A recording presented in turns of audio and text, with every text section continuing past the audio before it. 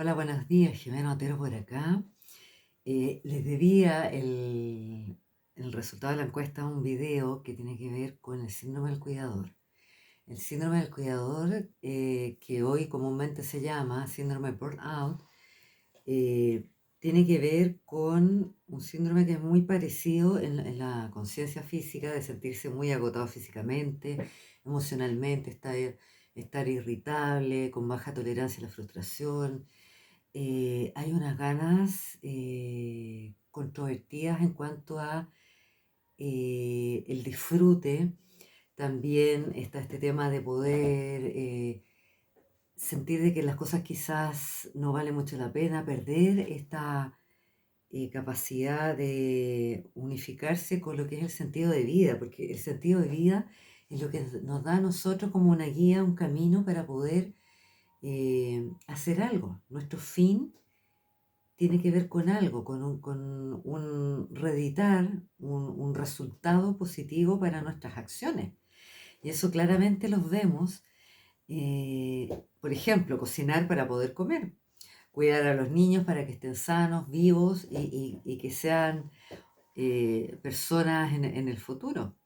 Entonces, el síndrome del cuidador pasa mucho, y así fue catalogado, en las personas que cuidaban a personas que estaban a cargo de ellos y en general dependientes físicos, pueden ser en la tercera edad, el marido o la señora que cuidan también del cónyuge, mamás que están a cuidados de casos de niños que están en dolencias físicas o psíquicas, eh, y también en profesiones, que en eso también ha derivado más el síndrome burnout, en profesiones que están ligadas al trabajo con personas, ya sea profesores, psiquiatras, psicólogos, las personas, por ejemplo, que atienden call center, de que ahí va toda la gente ahí a desquitarse con las personas que trabajan en call center, y que en el fondo hay una descarga y que reciben mucho emociones negativas de los demás por tener que estar en un trabajo de acoger y de cuidar personas. En ese sentido, todas las personas que sufren del síndrome del cuidador o cuidadora o burnout, en términos más actuales y quizás más específicos en lo laboral, tienen síntomas físicos y emocionales, también relacionales y sociales. En general son personas que se van incluso aislando del entorno o de las cosas que les gustaba, ya no las hacen mucho. Por ejemplo, antiguamente estaba este tema de poder salir quizás el fin de semana, juntarse con familiares, con amigos o practicar un deporte durante la semana o específicamente el fin de semana. Ya eso no se puede realizar debido a que la persona tiene todo este tema de que está muy agotado físicamente, entonces prefiere, digamos, encamarse, prefiere descansar o no salir de la casa. eh, Hay un sentimiento de ¿para qué lo voy a hacer? Mejor no lo hago y me doy un descanso distinto, estando más en la casa, ya sea aislado dentro de la casa, incluso de las demás personas o miembros de la familia. O si la persona está sola, también hay que ver estos casos que pasan mucho más hoy en día, que hay personas que pueden estar solas, que no tengan familia, que no convivan con otras personas en su hábitat, donde viven, de que también no vayan ni compartan tanto en otros ámbitos de la vida fuera del trabajo. Por ejemplo, hay personas que quizás no tienen familia o tienen familias muy reducidas, o como pasa mucho que uno lo ve en las películas asiáticas, en las series coreanas, ¿verdad? Este tema de que, por ejemplo, los japoneses se da esta parodia de que están como muy solos, que están muy envueltos en este tema quizás de los juegos o de estar solitos, o que de repente también pasa mucho de que de repente los vecinos van sintiendo mal olor porque mueren también solitos. Entonces, en ese sentido pasan casos como más sociales, ¿verdad? En ese aspecto, que también este síndrome pudiera llegar a esos extremos. Pero el síndrome de burnout nos hace plantearnos de qué tanto nos cuidamos a nosotros mismos, porque eso es algo súper importante. En general, el síndrome del cuidador es llevar al extremo el estar disponible a los demás en desbeneficio de nosotros mismos. Y es ahí cuando tenemos que tener mucho cuidado, porque en general eh, las situaciones de vida o nuestras selecciones de vida o nuestro trabajo o mm, eh, nuestra condición de familiar nos lleva a tener que estar en una posición de estar ofrendados al otro. Tú lo puedes hacer bien, mal o más o menos. Incluso hay muchos maltratadores que pudieran, o sea, hay muchos cuidadores o cuidadoras que pudieran llegar a maltratar a quien cuidan, que eso también sucede. A veces puede ser por un agotamiento real y que ahí ya haya mucha irritabilidad y que se llegue a un maltrato como evento, una cosa que después eso se transforme en una forma de relacionarse, es decir, que eso se empieza a cronificar, que empieza a ser más seguido, de repente descargarse en el otro, no cambiarle los pañales, digamos, a la persona donde estás o a los hijos, empezar ahí, digamos, a maltratarlos más, a gritonearlos o no darles de comer en su oportunidad. Bueno, hay muchas cosas que también se van enmascarando porque siempre, siempre hay que hacer un análisis de capas. Tú acá haces análisis de capa, uno es el síndrome de burnout o del cuidador o cuidadora, pero después hay otras capas que se pueden dar más en el fondo. Después podemos pasar a un maltrato, podemos pasar también a alguna adicción potenciaria, podemos pasar también a un descuido en la integridad física y psíquica de la propia persona, y así suma y sigue, hasta llegar quizá a un síndrome de, por ejemplo, hipotetizando un síndrome de Noé, que se llama, que es un síndrome de acumulación, de estos diógenes que también hay. Entonces, claro, vamos ahí, se van dando otras cosas, porque todo el análisis que tenemos que hacer siempre es multifactorial. En ese sentido, el análisis multifactorial tiene que ver mucho con que puede pasar una cosa, pero más profundo pueden pasar otras cosas y llegar a otros extremos.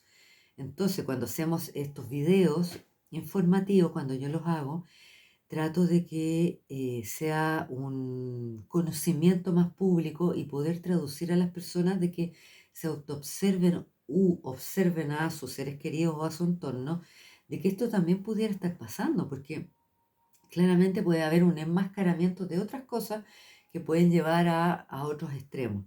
Y sabemos que nuestra salud pública no es muy buena en todos los países, no hay una salud pública óptima. Eso nunca va a estar, también quizás es hasta una fantasía tenerlo. Siempre uno puede más si quiere más y en ese sentido está muy bien. Pero voy a que es una fantasía en el sentido de que la detección de casos en general no va a estar tan pronta a lo que la situación se podría haber prevenido. Y en ese sentido, claro que todo el sistema público no está enfocado, digamos, a una detección tan primaria, sino que es más terciaria en algunos casos, va más desde otros lados. Por ejemplo, los profesores pueden ser una fuente de detección cuando les llegan casos de niños que quizá no están bien aseados, cuando se quedan dormidos en las clases, cuando están más agresivos también los chicos, cuando hay hiperquinesia. Entonces, también los niños presentan sintomatología, presentan una conducta externa de cómo ellos están, de cómo se comportan y pueden estar pasando otras cosas detrás. Quizás un niño, quizás muy hiperkinético, está dando señales de una ansiedad que tiene que ver con una familia que quizás hay maltrato, que hay precariedades económicas, psicológicas o afectivas. Entonces, en ese sentido, todo son capas de que se ve una cosa, pero quizás en el fondo están pasando otras y otras y otras cosas. Entonces, en ese sentido, el síndrome del cuidador nos llama a que si tú estás trabajando con personas, que tú estás cuidando a otras, te tengas que cuidar tú primero. Como decían por ahí, y cuando dicen las personas que han viajado en avión, siempre dan instrucciones. Por ejemplo, si usted está a cargo de otra persona, usted primero tome oxígeno, si algo pasa, salta una mascarilla y usted tome oxígeno primero y después usted le convida oxígeno a quien está usted a cargo. Y eso es algo muy sabio en ese sentido. Por ejemplo, si hay una mamá que está muy sobrepasada o un papá muy sobrepasado, en general, si no se hace cargo de sí mismo, va a producir daños a otros. Y eso no es menor. Si un papá está sobrepasado por el tema, digamos, de ser proveedor, de estar en un trabajo que está muy frustrado por X motivos donde no se le valoriza lo que necesita y quiere, claro, ahí hay un riesgo de que llegue a casa y se desquite también en su esposa, en sus hijos o en la forma de tratar y que claramente no lo va a ver. Y por ahí es súper importante la red de apoyo que puedan tener estas personas o de poder escuchar más. Y ahí es súper importante de que uno se pueda abrir. Una mamá que también está sobresaturada en cuanto a tener que rendir en el trabajo, tener que rendir en la casa, tener que rendir en la relación con el marido o con su pareja que tenga, claramente es complicado porque ¿cómo lo hacemos para hacer multitasking, como se dice hoy en día, para estar y funcionar en todo bien? Eso es casi imposible. Y ahí hay un aspecto en que nuestra vida está mucho más compleja. Y al estar nuestra vida más compleja, nosotros no podemos dar. Y vamos a dar deficitariamente en alguna área. Y en ese sentido, nuevamente, el síndrome burnout, donde tú trabajas con personas y el síndrome de cuidador o cuidadora, donde tú cuidas a otros que están a cargo tuyo, sus vidas están a cargo de ti, claramente tienes que poder, primero que nada, revisarte tú. ¿Cómo estás tú? Hacerte el escáner emocional.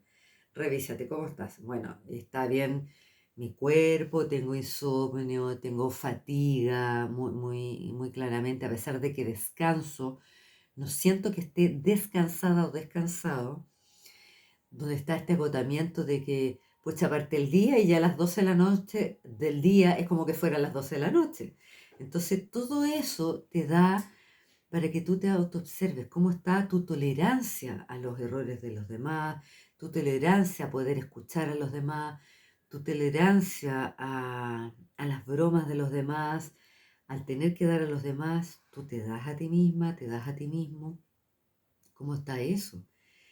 También está esta saturación en lo laboral, en el burnout, muy fuerte también con respecto a que tú pierdes tu sentido de vida. También tú puedes dudar de ser psicólogo, de ser psiquiatra, de ser profesor, de quizás buscar otras cosas. Y por ahí quizás tú pudieras también compatibilizar mejor este trabajo que te absorbe mucho, porque también es muy fuerte el trabajo de cuidar a otros, quizás en desarrollar otras cosas paralelamente. Puede ser hacer un deporte, hacer manualidades, porque eso ayuda muchísimo también tener un hobby.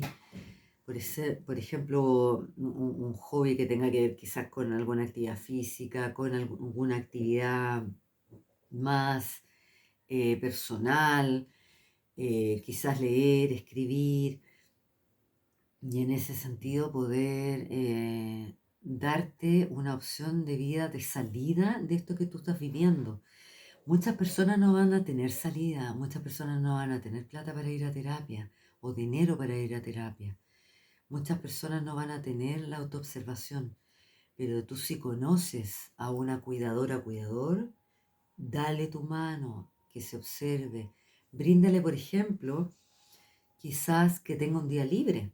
Quizás su día libre va a estar encamado todo el día, ok. Quizás su día libre va a ser salir todo el día afuera, bien, que haga lo que necesite y quiera en ese momento.